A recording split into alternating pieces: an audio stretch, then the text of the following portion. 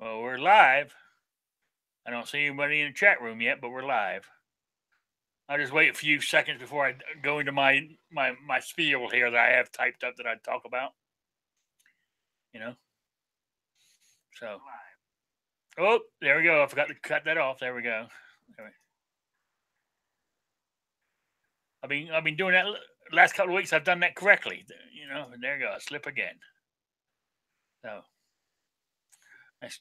Midnight Range. How's it going?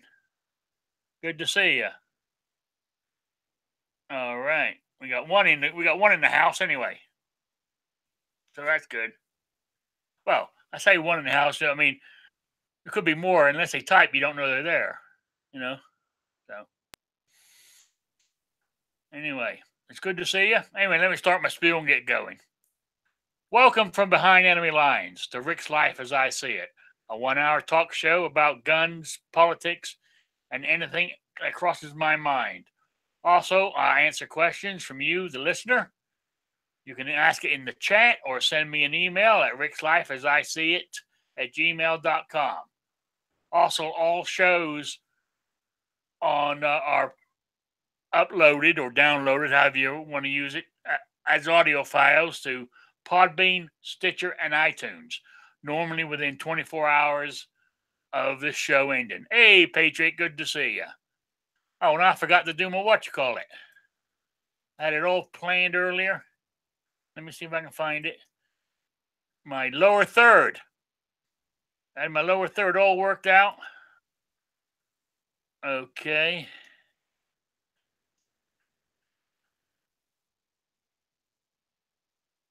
There we go. That's what I wanted to do. Ooh, look at you all fancy. Yeah. Oh. Did it work or did it go out again? Oh, it canceled itself. Oh, damn. All right, I see what I done. I switched it off. Okay. There we go. There you go. There you go. Now it's staying on there. Okay. Much better. Oh, yeah. There you go. There's even my Patreon there. People don't realize I have one because it is very, very, very basic.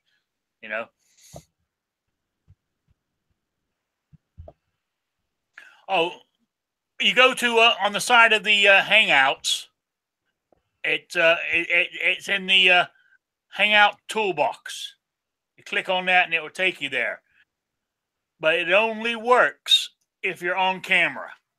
It won't work like if you're in a chat room and just your icons is there.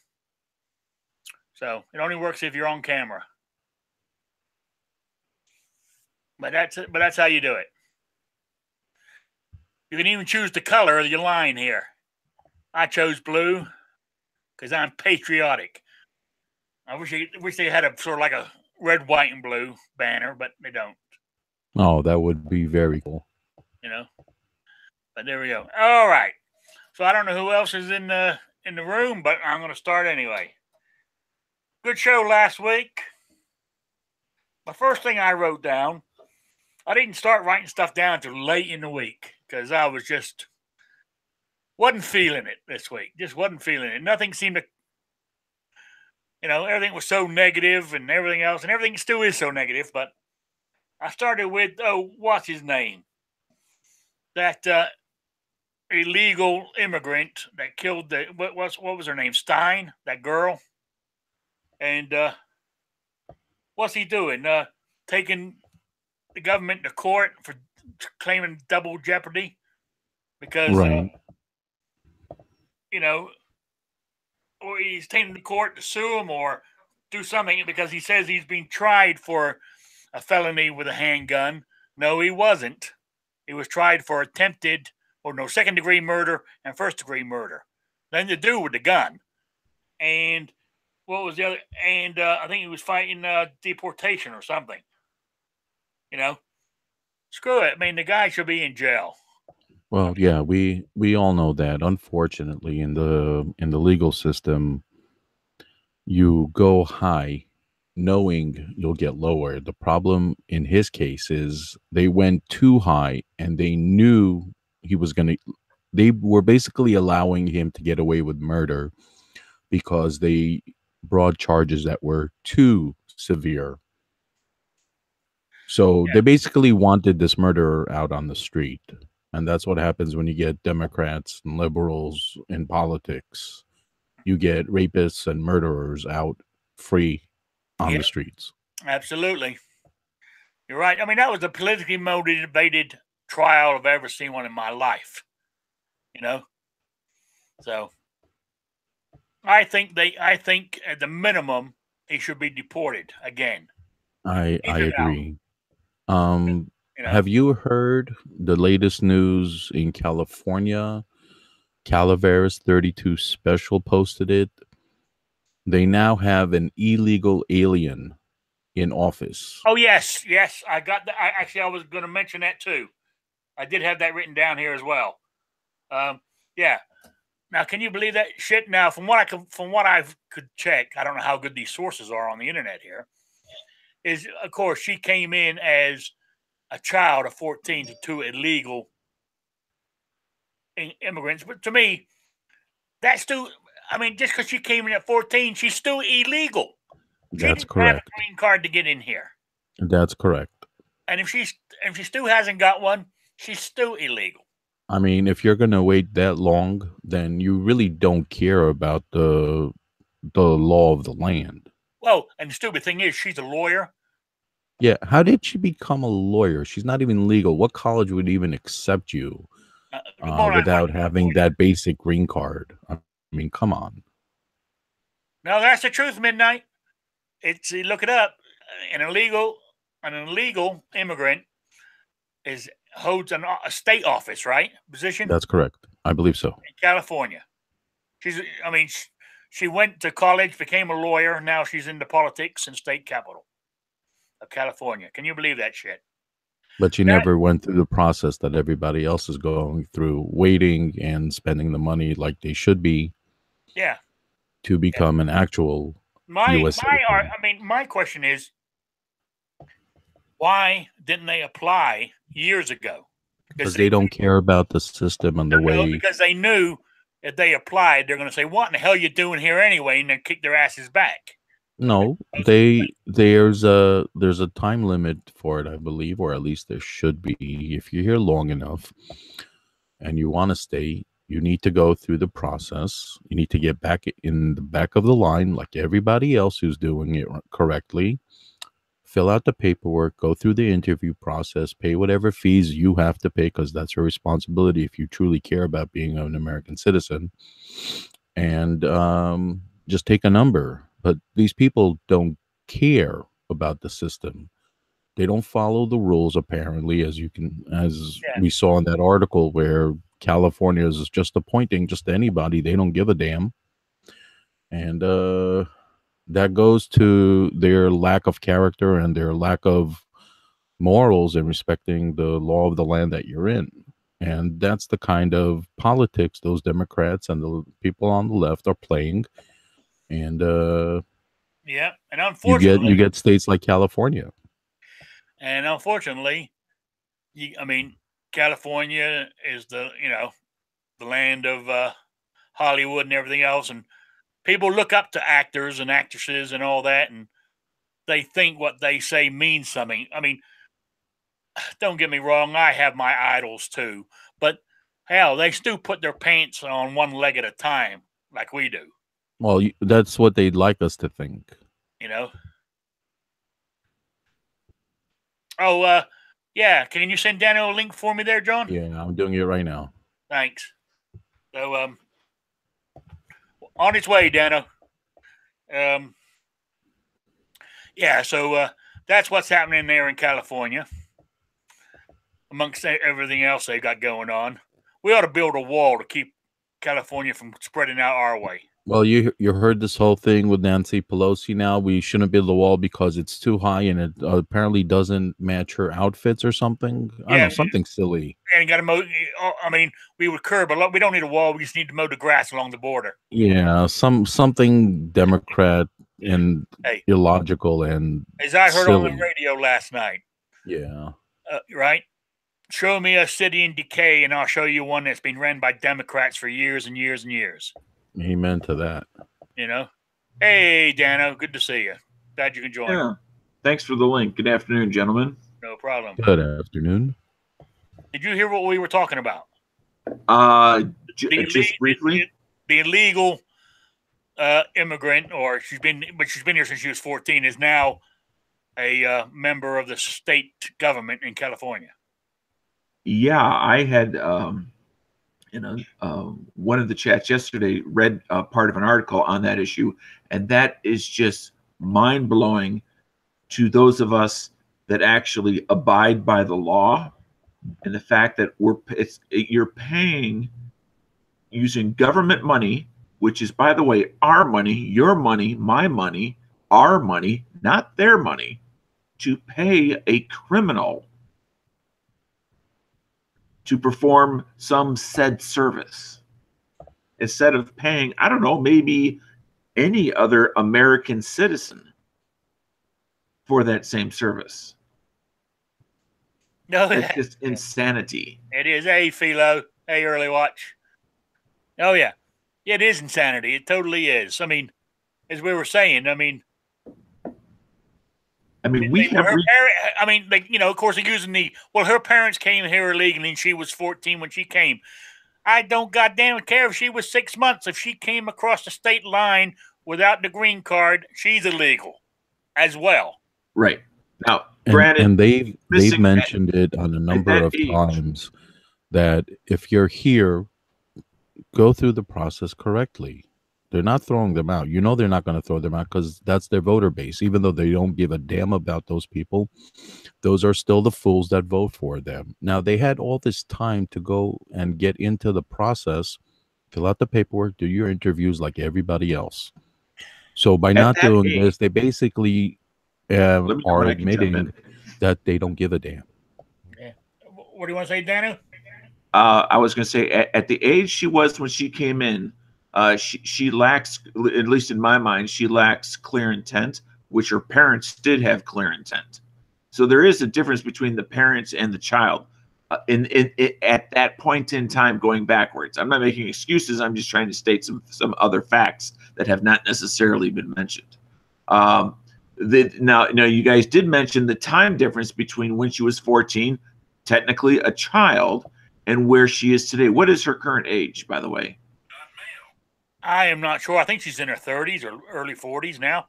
Okay. Clearly well beyond the age of an adult mind as we define it legally.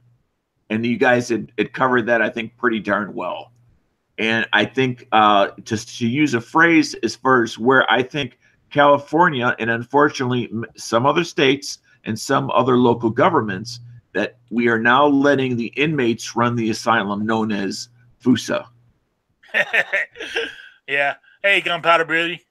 Sorry you're yelling at work there midnight, but that's the fact, yeah. I'm afraid. Unfortunately, Dano, you are uber correct. Yeah. Unfortunately, that's the way it's going. And to a certain degree, I mean, I'm sounding two-faced here, but to a certain degree, I agree with what you're saying there, Dano, and the age she came in, being a child, because actually I used the same principle. Aha! When not coming to the States, when I was living in England, right, and I went to go work for the U.S. government, my first job. If you're sent from the States as a civilian to go work overseas, you get to shop on the PX, the commissary. You get to use everything on the military base at the military gate because the government sent you there. Well, since I already lived in England, they wouldn't let me have that. So I went and I went and filed a grievance against the U.S. government for not allowing it because I was American. And where I went was, when I came to England, I was only 15 years old. So I had no choice in the matter. Right. And with a lot of political pull and some contacts, I got my shit. But so I understand. But see, I went and applied for it, and I got what I needed to do. What I had to do it though is even though that I was born in England, so technically I'm a dual. I was a dual citizen. I had to renounce my British citizenship. Once I'd done that, I got everything that I was entitled to. Right. Something else I'd like to mention is that I think, especially for people brought over here as a child, that they are literally surrounded by living examples in their families, in their friends, in their families' friends, thousands of people that they will come in contact with that are all living examples of why you don't need to bother going through the system and trying to be a legal citizen, because after all, they didn't pick up uncle so and so or aunt so and so or grandma and grandpa or anybody else. Clearly, this is something that does not apply to me. And this is we talk about leadership through examples, and parents being examples, and families are examples. This is what they are taught indirectly through the people that surround them or cocoon them from the reality of law. Agreed, 100%. I agree. Super lack of leadership in the family, and those families hardly parenting is the word I would not use to describe whatever they're teaching them. But definitely the government itself and their representatives that are allowing this, they're definitely no example to follow. In regards to following the law on this one issue, because I don't want this one issue to spill over into other aspects, because I happen to know, I don't know them well, but I know of them, some illegal aliens that are fined outstanding individuals. But on this aspect, they fail. Yeah. Oh, I agree with you. So there we go. Anyway, before we kill that thing, let's move on to another topic that gets you all going. All right. The next one is, where is it on my list here? McCabe being fired. In other words, losing his federal retirement. Was he? Now, people were saying last night it said Sessions fired him. This morning I hear, no, it was actually FBI that actually fired him. Their Office of Personal Management or whatever it was. But I feel that, yes, he served our country for 20 years. But I'm sorry, just because maybe for 19 years he'd done a fantastic job, but at the end, he was crooked, he cheated. To me, that he should have known what the risk was before he took it. How do you know it was 19 years he was doing his job? I'm not saying, I'm just using that as an example. No. What I'm asking you is, how do you know he did his job for even those 19 years? I mean, he's been in the federal... I'm only going on what he was saying. He's been in the Federal Bureau of Investigations for a long time. Yeah, We're only hearing his name now. So how much has he known that he has not come forward with? Yeah, I understand, but I'm just going about a little thing he put out saying that he worked for the FBI for 20 years of good service, and we've been picking on him and everything else. I'm sorry, all those years of good service go down the drain. You screw up. See, that's another thing. I'm trying to think now. This was going back, I think I had 15 years of government service, and they tried to do something to me. They said that's one of the reasons why I quit the government, because even as a federal employee, even working in a commissary or supermarket, it goddamn gets political. Yeah.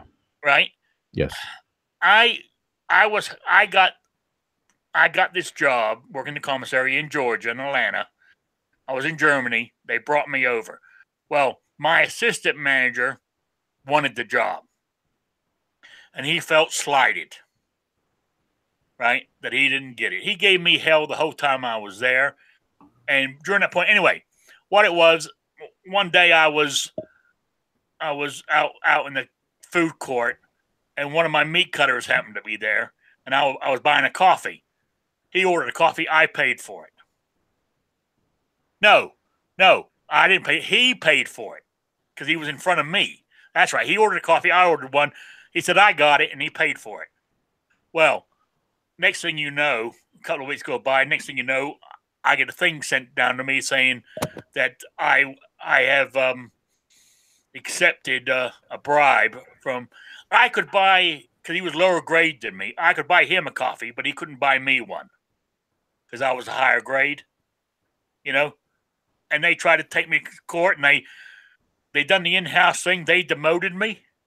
I took them. I took them to court, and I won and got everything back. But what I'm saying, that's what I'm saying is 15 years of good service over one thing. It didn't matter. As far as I'm concerned, I was wrong. Now, he might be able to prove himself right and get his retirement back, but I don't think he's going to be able to because they got proof of what he did. You know? Yeah, the situation you were in, I've had quite a few supervisors working in government, from federal to state to local, and there's no the people above them do all that stuff. There's not one of them that can say with 100% honesty that they haven't done those things. Oh, yeah. And being at the bottom of the totem pole, you see a lot of things in government. So I don't understand why they point the fingers at the little people on the line level like me in the front line. And you're doing this, you're doing that. But you never see anybody pointing the fingers at them because they stick together, they protect their own, and they get away with murder. And that needs to stop in government because that's part of what keeps it corrupt. Yeah. You're right. But anyway, I think he's guilty. I'm glad he's losing his retirement. You know, I my personal opinion is I don't even know who this guy is. I've never heard his name. Where was his name for over 12 months now? No, he was at one point, when Comey left, he was the head of the FBI. But I don't remember hearing him discuss anything that's come up in the last year. So what was he doing? Was he ignoring everything? Was he just trying to stay low? He was trying to stay low. Right. So he's not doing his job. He kept his mouth shut. How much stuff could he have come out with knowing what was going on? Because I highly doubt he didn't know what was going on, being the second man on the totem pole. Back in, was it 2015? Right. The Clinton campaign, in a round way, they gave the money to somebody else. Somebody gave the money to somebody else, and by the fourth hand, it got to his wife, who was running for a state office in Virginia. Exactly. So when it comes out that you find out that additional information, there's definitely a connection to corruption, definitely a connection to withholding information and evidence, possibly. And the guy, he needs to go. Yeah, absolutely. He was the email guy for the Clinton email. He was the one. He was in charge of the investigation. Yeah. I mean, how else do you think his wife got that money that she got? Exactly. So, you know, you got caught. Now you got to pay the price. Well, let me ask you guys collectively a question. Is let's say that, and I'm going to unrelate it to this particular situation, but it's going to get tied in at the end here. You have somebody who works in government, and on the outside, the government can tell that their expenditures seem to be greater than their income from both him and her. And there's no inheritance. Their parents are all alive. There's no gifts, and gifts of $10,000 or more are tracked anyway. Yet they seem to be, living beyond their means by more than just $1,000 or $2. It's more like tens of thousands of dollars, not millions, not hundreds, tens of thousands of dollars. Okay. At what point does the accounting suspicion cross over to fact and thus guilt? Because it seems like, yes, I don't disagree on the money thing. When you got more money going out and a lot more money going out than money coming in, at least that you're claiming legally, that certainly raises a bar. Okay, it's a red flag. This should be investigated. This should be looked into. There may be something wrong, or there may be something that we don't know about that's not really wrong. It's just an unknown legal source of something or other. Because it's very easy to get into the, we clearly see all this, there must be something bad there. And that may indeed be the case, but that may also not be the case. And it goes back to something that has worried a lot of us lately with some of Trump's statements in regards to, our rights to the legal system, innocent before proven guilty. That was a Freudian slip. And our ability to defend ourselves before we're proven guilty, and then the consequences of being guilty. So I'll give it to you guys. Well, Philo just said in the chat he's going to sue for wrongful termination, so everything is going to come out in court. Well, that should be good, but it's hard to explain. To me, I think everything would have been all right. He would have got away with everything if he had, what's the word for it, reclused himself. Once his wife was running for the Democratic Party, then he's in charge of the Democratic email scandal. That puts a red flag right there. Yeah, absolutely. Yeah, I definitely agree. It's always a bad idea when you're married to somebody, or even if it's just, a long-term girlfriend, to both be involved in anything .gov. So. Because it just creates far more problems than it does solutions. Yeah, I personally, yeah, if Hillary had won, he would more likely still be working for the FBI today. Second in command as he was with Comey there. You know what I'm saying? Yep. Nothing done, but because of what was happening, he got, unfortunately, he got mad. They kept saying something.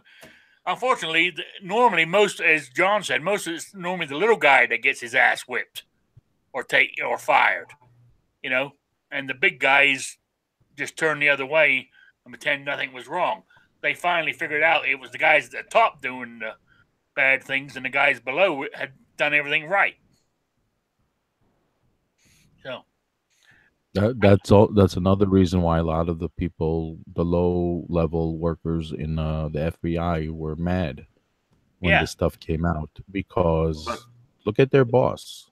That's a piece of scum, corrupt as hell, and everything that he touched, being his assistant, this current guy that's in the news, and God knows how many people they've had dealings with in the agency itself. Yeah, forget about in the White House and so on. We're talking about criminal things here, and firing is not the due punishment of a criminal activity. That's correct. So if we're talking about criminal activity, firing is not what he deserves. Oh, he deserves to lose his pension, but he needs to go to jail. He does need to go to jail. Now, whether it goes any further, I don't know. Like Lynch and Comey and Clinton, those people need to go to jail. And the problem with this country right now is people don't trust politicians because the government allows them to get away with it. And everyone knows, because of his 19 years in government service, he is going to have people knocking at his door from the Beltway saying, I got an offer for you to come work for us, and we'll give you a signing bonus. Yeah, it's amazing how well they get treated even after. Oh yeah, they're going to be. Yes. Here he will have. I bet you we'll be seeing him on TV as a political analyst for CNN or something, you know? Yeah, is his part-time gig. But he'll also get pulled into one of those think tanks where he'll be vastly greater compensated than he ever was as a G12 or G16 or whatever level government employee he was. Oh, yeah, absolutely. Absolutely. Personally, you're right. There should be some criminal charges. Maybe, from what we're saying, he done this. It's all, maybe there's nothing criminal there. It was just his, under a federal employee. He unbecoming a federal employee, basically, is what it is. The problem with that is look at the level of federal employee he's at. Yes, you got to be. These people need to be held in a higher, Standard. Exactly. Yeah. I mean, they've got to do everything. They got to do everything the way it's meant to be. If they are corrupt and criminalized in their actions, what does that do to the rest of the agency? That kind of crap rolls downwards, and you no longer have the quality FBI, Federal Bureau of Investigations agent that you want working in the agency. That's right. You get a low class, low quality individual when the uppers are scum. That's right. I mean, taking it down to the basic level, as you said, you go to a store, and the manager is an ass. That store ain't going to be run very well. That's correct. A store is only as good as its people. Its leadership. I have a question for both of you.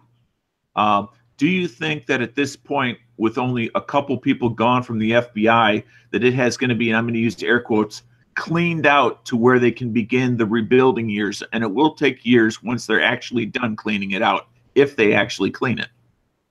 No, I think a couple of more need to go. Yeah. Maybe not FBI agents, but people who work for the FBI as federal employees. Right. Well, like upper management, there's a shitload of upper management. I mean, they've gotten two. Hey, Night Strike, personal secretaries and all that kind of stuff. People who know what in the hell was going on, but they kept their mouth shut. Right. Most government is ran like a business. Oh yeah. So right, but it's a good start with Comey and him gone now. Right. It's a good start, but it's definitely not an end. Yeah, exactly. Because that's out of the top, there are far more than 20 or 30 people at the top. Yeah. Correct. Yeah. But the very top two have gone now. That's Comey and McCabe. Now some people will literally duck and cover for the until they hit 20 years. Yeah. Or just simply duck until Trump eventually either loses the next campaign or simply does his 8 years and he's out. Yes. If somebody can stay under the radar for that long, there'll be, Which is how most government employees, if they rise, amongst their peers, that's how they survive, because it is a political machine. Oh, it is. It is. They have to duck and cover. That's correct. That is correct. And I think that's why I always kept getting into trouble, because I wouldn't do it. Well, I know people who have worked under supervision that the upper management didn't care for. So what that upper supervision did was they took it out on those employees of those supervisors. So basically they were forcing the front end employee to deal with it in a way where they would be forced, upper management was forcing the low level employee, the frontline employee, to put it out there in writing that their supervision is not doing their job. They know that their supervision is not doing their job, and they're putting this on the front level employee, and that's not right. But that's also the dirt that when you move up in government, that's how dirty you become. Oh, tell me about it. Even at the level I was at, it got damn dirty, Yes, sir. Oh yeah. So there we go. How you doing, Night Strike? I'm doing. You been listening, or you just get here? I've just gotten here, and I'm catching up on everything this morning because I've been out all morning. Did you hear, Matt? You got striked? Yes, that was next. That's one of my topics. Okay, I wasn't sure on that, but yeah. I heard about that, and I was just like, yeah, shit. That's what I was going to bring up next. I was going from political stuff to YouTube and never enough ammo. So he got a strike, so he can't do any live streams or anything for the next 3 months, unless he gets it revoked. Is that the word? Yes. But what he said, what he found strange, and I find strange, it comes at midnight on a Friday night. So you can't do anything all weekend because nobody works in the office and YouTube on the weekends. Well, most other channels that have received strikes are actually been taken down. It almost always occurs on a Friday night over the weekend when there's no one there to respond. Yeah. Which is kind of strange, really, isn't it? But so they lose all that revenue over the weekend. I think it's done that way. Loses revenue. YouTube doesn't. YouTube has been known to continue to run ads over channels that have had strikes. Oh yeah.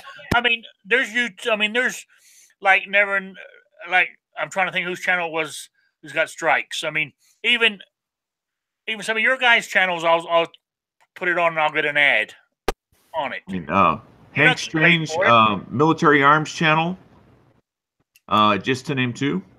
G-Webs, to name 3. And I'm sure if I put my mind to it, I could come up with a whole bunch more. Oh yeah. Let's see. What's chat saying? What did Matt get a strike for? Oh, he got a strike for his video on David Hogg. David Hogg, which is CNN's teenager, the adults of tomorrow figure. Yeah, and I watched it, and I agreed with what Matt said about the guy. He was told him he was actually lying. He had no facts. The facts he was using were totally wrong. Matt did talk condescending to him in the video, but that's about all. He wasn't rude to him, or he didn't call him names or anything. He just condescended, talking down to him. Maybe that's what they got flagged, or some young teeny bopper who thinks he's the coolest kid out there saw Matt's thing and tagged it. Yeah, well, I hate to say it, but if you start flagging people for talking down to other people, then you know what? YouTube might as well shut down, because then there's always going to be someone talking down to someone, no matter what genre it's in. Oh yeah, but I mean that's what that's what Matt thinks it's about. Right. But he says he can't do anything until Monday at the earliest. Right. You know, in addition to the algorithm, I think there's a real possibility. I have no proof, but I think there's a real possibility that there is a group of people that have coordinated through Facebook or some other medium like that to go as a group to literally united we stand, divided we fall, and pick off one channel at a time, but separate them by time so it doesn't look like a coordinated effort. And only YouTube knows if, gee, suddenly out of nowhere, channel X received 8,000 flags reported from users. And the algorithm is going to see those flags and say, whoa, I don't see anything, but clearly somebody else does. I should do this for at least for now, and give them a strike. I can see social media creating a group out there like that.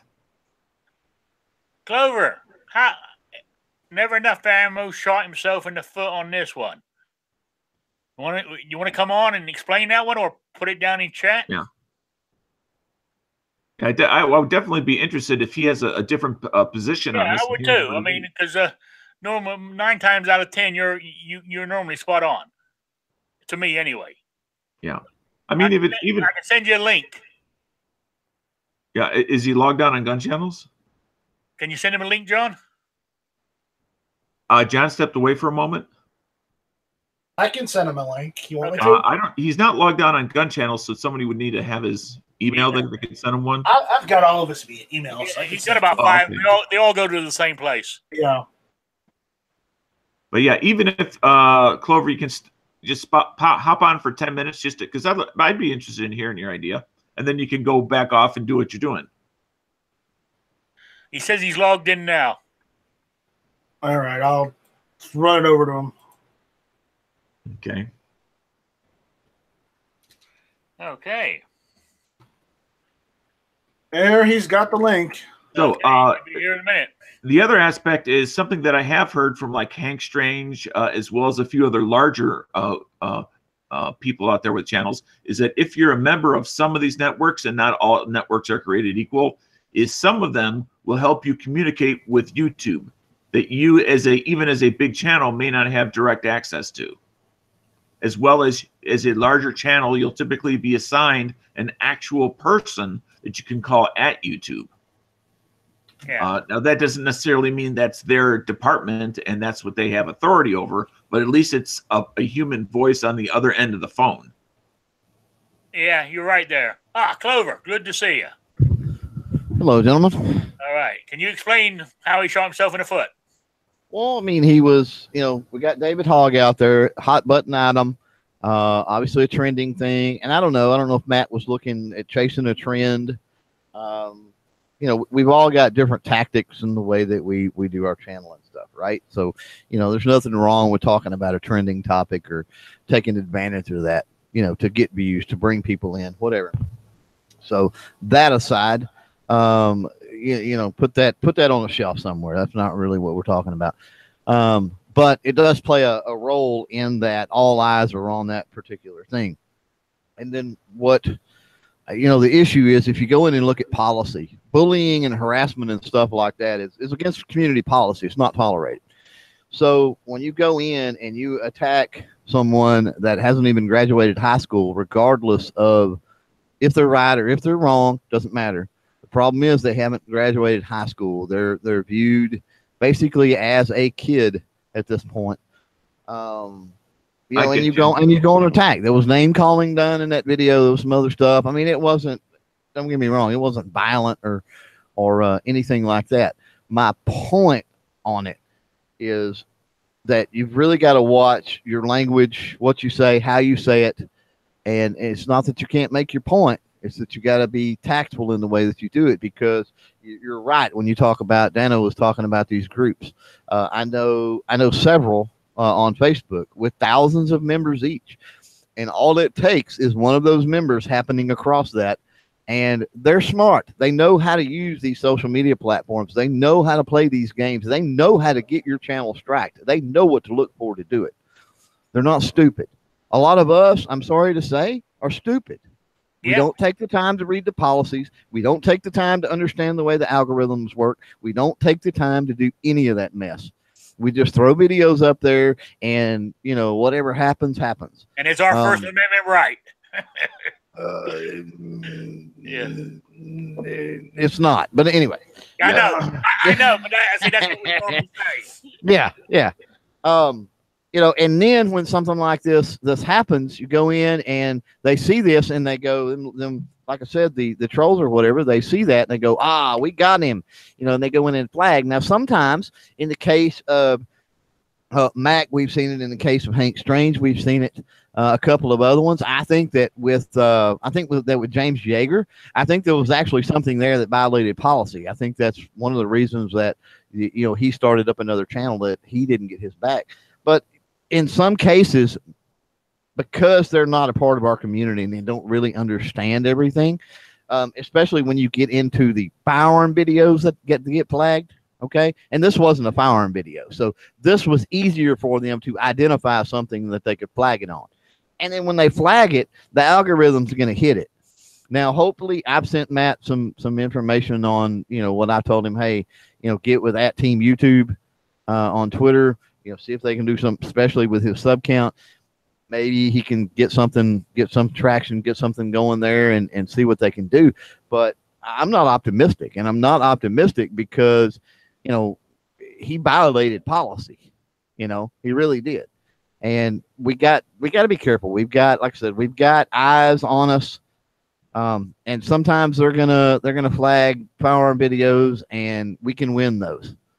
But, if we're out there and we're not watching our language and how we talk and how we speak and what we say and that sort of thing, then we're in trouble. And make no mistake, this is not a YouTube issue. I also get tired of that. I get tired of YouTube's trying to kill us. YouTube's trying to kill us. YouTube's trying to kill us. I invite anybody to go through, check their restricted videos, and get back with me on how much percent of your videos are restricted. People want to, I'm sure they're familiar with, and I'll just throw a couple of things out here. Young Turks, for example, 70% of the Young Turks videos are restricted. Well, if you've got a firearm channel out there that 70% of those are restricted, they're crying that foul ball, YouTube is by us, YouTube is against us, blah, blah, blah. Well, okay, if that's the case, then why is 70% of the Young Turks restricted as well? Al Jazeera, 44%. Freaking Al Jazeera, right? Half of theirs nearly are restricted. So this is not a left-right ideological thing. This is hey, this is YouTube. Here's our policy. Here's our policy on community guidelines. Here's our policy on, ads. And they have algorithms for all of this stuff, of course. There's minimum 3 algorithms going on YouTube at any given time. And then you've got human review after that. So, yeah, I've been preaching it for a long time. I understand it's difficult. I understand that everybody gets in a groove and, it's rant, rail, pound our fist, say what we want, whatever's on our mind, it just comes out. I get it. Once upon a time, we could do that. The landscape and the whole game that's being played now is different, and we have to adapt. We have to. Yeah, we do. Clover, after listening to what you said, something I'll say very shortly, and so I guess I have, because I only discovered this just before I came on here, is first, I do agree with you, and these were not your words, but I do agree he punched down rather than directly at CNN for putting a teenager in that position. He should have gone after for CNN for doing that, rather than the teen himself. Totally agree. Yeah, no, and yeah, it should have been. You can't go. Like I said, if he would have went after Debbie Wasserman Schultz or Chuck Schumer, or you know what I mean, it wouldn't have been an issue. It wouldn't have been an issue. Because CNN used that kid like a prop. Yeah. Yes, they did. Yeah, and that's where the focus. That's what I'm saying. We're fighting. If we go after the kids, we have to deal with the kids. Don't get me wrong. The kids are being utilized, right? The kids are the tool in this situation. So we have to deal with these kids. But the problem is you don't deal with the kids in the same way you deal with the handlers. The handlers, yes. I mean, you go in, you point out that they're horrible people for utilizing kids, especially in the wake of a tragedy, blah, blah, blah. With the kids, what we have to do is the kids have these handlers, right? And these handlers are telling them they can get out of school for the day, right? Regardless of what they believe or what they even understand or know. Their handlers are telling them, oh, you can go, you can get out of school and go march today. Well, crap. Do you think they're going to side with somebody calling them names and talking down to them and being rude and ugly and hateful and, let's face it, bullying them? Or are they going to side with the people that's letting them get out of school for the day? And I'm not talking about the kids that are troublemakers. I'm talking about the rank and file kids that are just going along because they get out of freaking school for the day. Right? Exactly. I mean, yeah, I would think if it was me, I was rank and file, I would go because I would get the day out of school. Well, yeah. I might not even show up to the march, but at least I get a day out of school. Right. I actually heard some kids being threatened that you have to take the day off and you have to go to the march. Well, there was a story on that. That was a gotcha headline. And and I hate headlines. God, they need to get rid of heavy bold print because I hate it. I hate headlines because nobody reads any further. And I say nobody. A vast majority of the country doesn't read beyond the headline. And there, I read the headline and then there was a jillion comments under it. And the headline was kid is suspended for not attending the march or not participating in the school walkout or something. And I'm like, what? There's no way. I've read that. I'm like, there's no way that's true. There's no freaking way.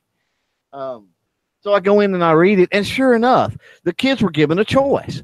Either you go on this march or you go to the ones that didn't want to participate in the march could go to study hall. And the reason for that is all the teachers were going on the march, right? Or not all of them, but the ones that weren't were going to be in the study hall, right? So it's like you can go A or you can go B. Well, this kid chose a C, which wasn't an option, which was just to sit in class. So he sat in class for like hours by himself alone. Nobody was around. Anything could have happened. You see what I'm saying? So he got in trouble for that because they said do this or do that, and he didn't do neither. So that was the issue. He didn't get punished because he didn't go on the march. He got punished because he didn't follow along with the protocol. If he didn't want to go to the march, he could have went to study hall. He wanted to do. He wanted to do what he wanted to do. In other words, yeah, he would have done what I would have tried to do: take the day off and stay at home. Well, yeah, but he didn't even do that. Like I said, he just sat in class. Gone in. Yeah. You know? I got a question for you. When you're sent to study hall, isn't that still in the school? Yeah. Mm-hmm. Okay. Yeah. Oh well, I really appreciate you explaining your side of it. It makes a lot of sense now. Yeah, and I don't know. I mean, I said you normally said you read those guidelines and everything else. You know? Well, I mean, we all need to be, and we only need once a month probably. Everybody needs to go through and skim over that stuff, and because they do change, don't they? Oh yeah, and you don't get a notice. Your underwear weekly. Yeah, they stay vague. Honestly, they always have been, and they always will be. We've discussed that on a bunch of different levels as to why they do it vague, so it gives them more unilateral control as a platform. And I understand that. I mean, if I had a platform or whatever, I would try to utilize that tactic as well, probably. But they do go in and add a few things here and there. The whole kid bullying harassment thing, that's fairly new, actually. That's probably hasn't been there, but maybe about a year now. Okay. I said I read them when I first started, and I haven't read them since. So I need to get back in there, and I'm one of the bad guys, so I need to start reading them again. So anyway, why I got you here before you leave, Clover? See up there in my thing, I got there #whyicarry. Right. And I was listening to you last night. You want to explain that to the people who don't know about it, since you explained it so well last night? Yeah.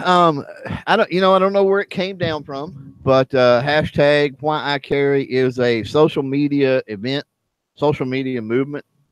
I think it's meant to maybe counter some protests or something for next week, but it's for next weekend. It is the 23rd, 24th, and 25th, which is Friday, Saturday, Sunday next weekend. And the whole idea is to put out there, something in a positive light, in an inspirational light of, why you carry, be it a video or maybe a picture or just a post. And like I said, a positive, not anything, inherently political about it, but, why you carry. And then, my challenge from last night was let's continue to utilize that along with, Matt put out the #OneMore thing. Let's continue to utilize #whyicarry, #OneMore. Who cares about the hashtag? But that idea that we continually post pictures, comments, videos, whatever out there in the public to let them understand or let them know that firearms are not taboo. Firearms are a part of our lifestyle. There's a huge community involved around there. Many people in their community probably have firearms, use firearms, carry firearms, and we've got to get the mentality back. I think we've been, as tragedies occur one after another, I think that we talk about the people in the middle a lot, those people that are in that 60% or so, 70% in the middle. And I think as tragedy after tragedy occurs, I think those people draw back and those people feel shamed maybe, or, like they like it's taboo to say, hey, I'm a firearm owner, or, hey, I'm going to shoot this competition, or I just bought a new firearm. And to try to get that back out in the mainstream, I think the #whyicarry, I would like to see that used as a catalyst. We focus on that. We promote that, get that out. And by the way, you can get the flyer for that to share off my website. Go to clovertac.com/whyicarry. And then you can do that. Really simple. Share that on your social media and whatever, and try to get some other people involved. We need to work on that this week. And then hopefully, like I said, the more important thing is to continue to get that stuff out there in the public. So thanks for the opportunity. In a positive light. Yeah. The whole thing is to be positive. I mean, there's enough. There's a time for gloom and doom and legislation's coming and fight this legislation and call your congressman. That's a whole separate ball of wax than what we're talking about. We're talking about inspiration and just getting the stuff, getting the familiarity out there in social media and letting those people understand that firearms are still a huge part of this country, whether they realize it or not. They are. And to, again, inspire others that maybe have drawn back and don't post as often or as regular as they should, just everyday life sort of things, dealing with firearms, that it's okay to do that. There's a bunch of us out here, and, we need to get that out in society like we used to do. It used to be much more prevalent a couple years back on social media than what it has become nowadays. And I think moving forward, I think that we have to get that back. We have to try to establish and push back, not with a finger pointing and ranting and raving, but push back with, I'm a firearm owner. It's part of my everyday life. I don't commit any crimes. I'm an upstanding member of my community. I'm a model citizen. I go to work. I pay my taxes. Hey, here's my new gun. Hey, I'm going to the range. Hey, did you know about this firearm they used back in World War II and the specifications on it? And I think Philo brought up once before about, just throwing up a picture of a firearm. And I advise against that. Try to write a post. I mean, even if it's informative, even if you just go into, because, somebody sees a picture of a gun and they may just keep scrolling. It's like they don't care. It's a picture of a gun. But put a little story, put something interesting, put the specifications of that gun, put, that you went out to the range and, hey, this thing shot great. And, hey, this thing has so-and-so special sights on it, or, something along that line, something to draw them into that, rather than just the picture of the gun. They may be more interested in the details and the education and the information than they are in actually looking at that particular gun that you have in the picture. So yeah, positive, informative, educational. That's sort of the goal of #whyicarry.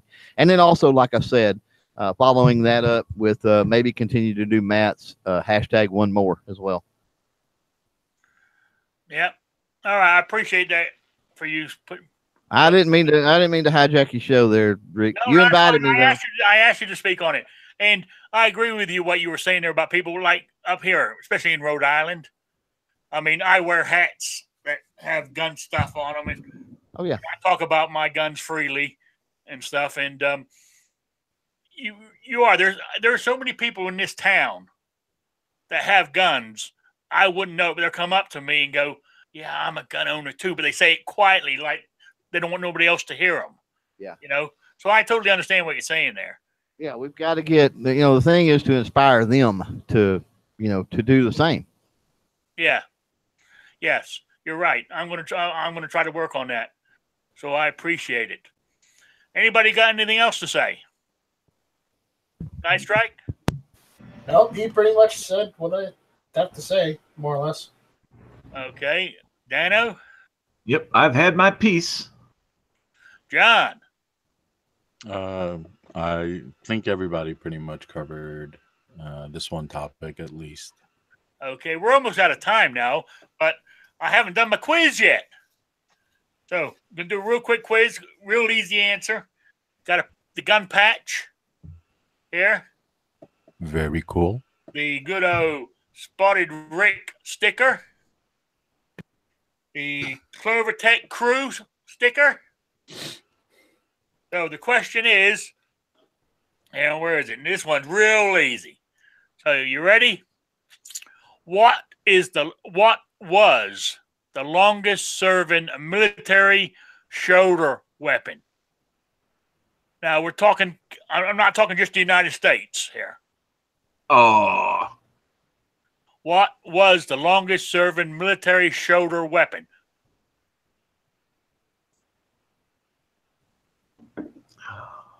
Any answers? Did it have the little stock thing that flipped up? Hang on a minute. Let me.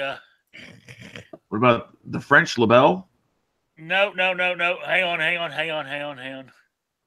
Okay. Keep an eye on the thing because you just copy that, put that down there, put this in the chat.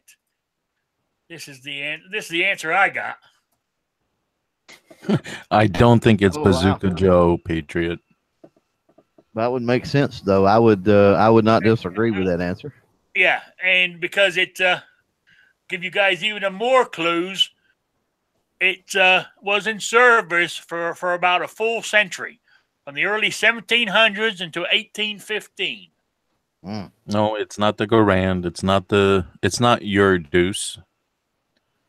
It's not an FAL. It's not a Gewer. If I give you any more, you'll have the answer. Right. Well, Does anybody have a timer? Hey, I've got a good I got a good hint. Okay, go for it. It's older than Rick. Okay, Black Outdoors got it. Black Cat Outdoors. RL got it. yeah. But here's the question: is it older than Bob? No, it's not older than Bob. Nothing is older than Bob. Older than Rick, younger than Bob. Yeah. Yeah. But Bob remembers when they started using these. By the way. Oh, he probably built some of the originals. What are you talking about? There you go. Yes, it was the Brown Bess. So there you go. Congratulations, Black Cat. Yeah, I think I got your address here because you changed your name on me, didn't you? So yeah, I got his address here, so under his old one. So we're good. It took me all this time to find my timer. Oh, hey, so just as you found it, the answer came up. So I do have a question before you end here. Yeah. What does a leprechaun do on St. Patty's Day? I don't know. Ask Clovertag. Well, I am wearing green, so that's good. I think my wife and I are fixing to do a little grocery shopping and maybe go out to eat. Honestly, so. Now, are you going to do all of this in your tactical kilt? No. Just checking. All right. I want to say thank you to everybody. Oh, also I got notified here. I got 2 new subscribers. Thank you very much. Congratulations. Awesome. Ohio 45 ACP, great cartridge, and Early Watch Michigan. So thank you 2 for signing up. Appreciate it. Rick's moving on up. Watch him. I'm getting there. I'm going to be a big guy one day. You know, one day your guy's going to say, I knew him. I hope so. I knew him from gun channels when he was a nobody. You know, I knew that guy. That son of a gun ran over my foot with his tactical wheelchair. I'm all for it, man. Yeah. I hope you get 100,000 subs next week, and then the week after that, you send me about half of them. That's right. Send me a quarter of them. There you go. All right, guys. I want to say thank you all for being here. I am back on Wednesday with Shooting with Disabilities with Wheelchair Warrior, and I think that's about it. So it'll be the same time, same channel, same place. So we'll see you all next week. Thanks a lot.